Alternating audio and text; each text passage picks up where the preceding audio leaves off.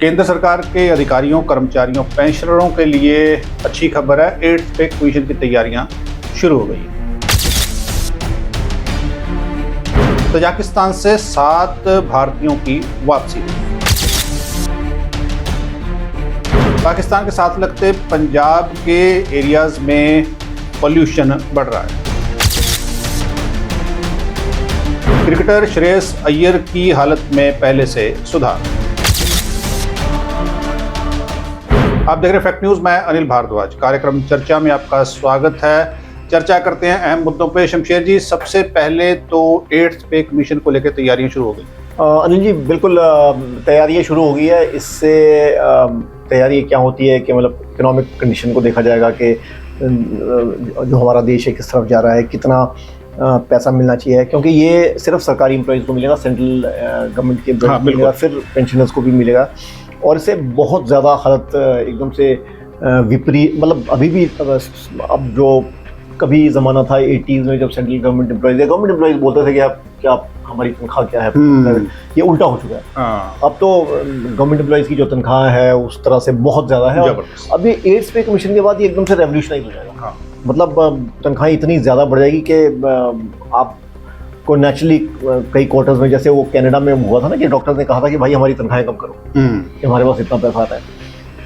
ये एक बात है कि तनख्वाहें बहुत ज़्यादा बढ़ जाएगी, उनके लिए खुशी की बात है। मगर और इससे इन्फ्लेशन बढ़ती है, तो सिर्फ 50 लाख और 70 लाख पेंशनर्स हैं, इससे कितना इन्फ्लेशन पे फ़र्क पड़ता है ये तो नहीं कह सकते। मगर लेकिन ऐसा है ना कि आप ये आप आंकड़ा एम्प्लॉइज का मत गिनो, आप इतने परिवार गिनो, परिवार गिने, इतने परिवारों की आय जो है बढ़ जाएगी। और इससे एक कैस्केडिंग इफेक्ट होता है कि बाकी भी सारे डिमांड करने लगते हैं और अपना प्राइस खुद ही बढ़ा देते हैं। हाँ, बिल्कुल। जैसे होता है ना कि एक घर बिका तो दूसरा वाला अपना प्राइस खुद ही बढ़ा देता है। देखिए, पैसा जो है अगर वो फ्लो में चलेगा तो उसका नेचुरली है कि ट्रेड पे भी असर पड़ेगा। अगर पैसा किसी के घर में आएगा, वो खरीदारी करेगा, वो मार्केट में जाएगा, तो वो उसमें चलता रहे, फ्लो में चलता रहेगा। बिल्कुल।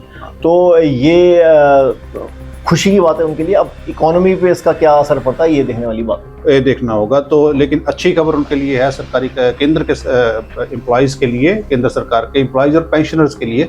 जब ये होगा, अभी क्योंकि शुरुआत हो गई है तो नेचुरली होना तो है ही है।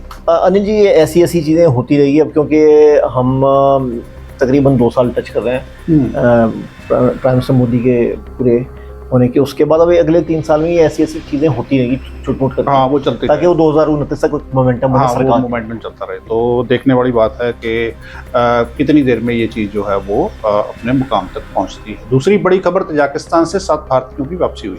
ये अनिल जी वैसा ही है जैसे मर्सिनरीज रशिया के लिए भेज रहे थे हमारे जवानों को मिसलीड करके ट्रैवल एजेंट्स, ये तजाकिस्तान में भेजे। उनका जब वायरल वीडियो हुआ कि बहुत ही एक्सट्रीमली कोल्ड कंडीशंस में, ठंड में वो काम कर रहे थे बिना खाने के, उसके बाद अब इसमें क्रेडिट वॉर छिड़ चुकी है आम आदमी पार्टी में और भाजपा में।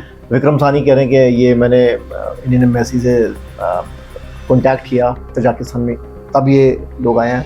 और यहाँ रोपड़ में जो भाजपा के जो अध्यक्ष हैं लालपुरा, उनका कहना है कि उन्होंने एक वेलकम इवेंट किया कि भाई लालपुरा के बेटे हमारी वजह से ये छूटे हैं। अब ये क्रेडिट वॉर में छूट चुका है ये जो पूरा मामला है। हाँ, लेकिन ये है कि राहत की खबर है, बिल्कुल वापसी जो है वो हो गई है। अब बात कर लेते हैं बॉर्डर एरियाज की। पाकिस्तान के साथ लगते सीमावर्ती जो जिले हैं उनमें पोल्यूशन का लेवल थोड़ा बढ़ रहा है, क्योंकि पाकिस्तान की तरफ से हवा जो वेस्टर्न डिस्टर्बेंसेस के कारण आ रही है, उस हवा से कुछ पोल्यूशन बढ़ रहा है। अनिल जी, बिल्कुल ये रिपोर्ट हो रहा है अखबारों में।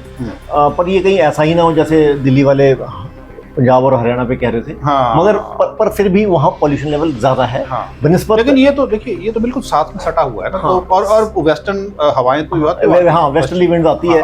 और यहाँ जो पॉल्यूशन लेवल है बहुत ज्यादा नहीं है, मगर जो ईस्ट पंजाब, जो चढ़ते पंजाब का ईस्ट पंजाब है, हाँ, पटियाला, रोपड़, हाँ, इससे काफी ज्यादा यहाँ इससे वो जो है वो काफी है। तो बात आगे चलाते हैं। अब जैसे ये तो हो गया सारा, इसके साथ ये क्रिकेट का सीजन है। ऑस्ट्रेलिया में क्रिकेट मैचेस हो रहे हैं, वनडे सीरीज खत्म हो चुकी है, T20 होनी है।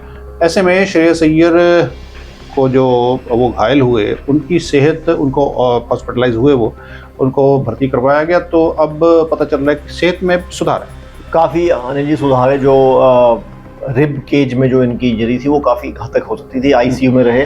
और अब ये कहा जा रहा है कि ये सुधार है। अब वो क्या T20 में मुझे नहीं लगता कि वो खेल पाएंगे, क्योंकि ये बड़ी गंभीर इंजरी है। यहाँ आपके दोबारा से बॉल बच जाए और बेशक आप गार्ड पहन लें, मगर ये है कि सेहत में सुधार है और ऐसा लगता है कि आने वाले समय में वो तैयार रहेंगे। मगर फिलहाल ऐसा लग रहा है कि T20 में नहीं खेल वो वैसे ही टीम में T20 में नहीं थे, ODIs में थे, मगर मुझे नहीं लगता कि T20 में अभी खेल। तो शुक्रिया शमशेर जी, फिलहाल के लिए इतना ही। आप देखते रहिए फैक्ट न्यूज़। धन्यवाद।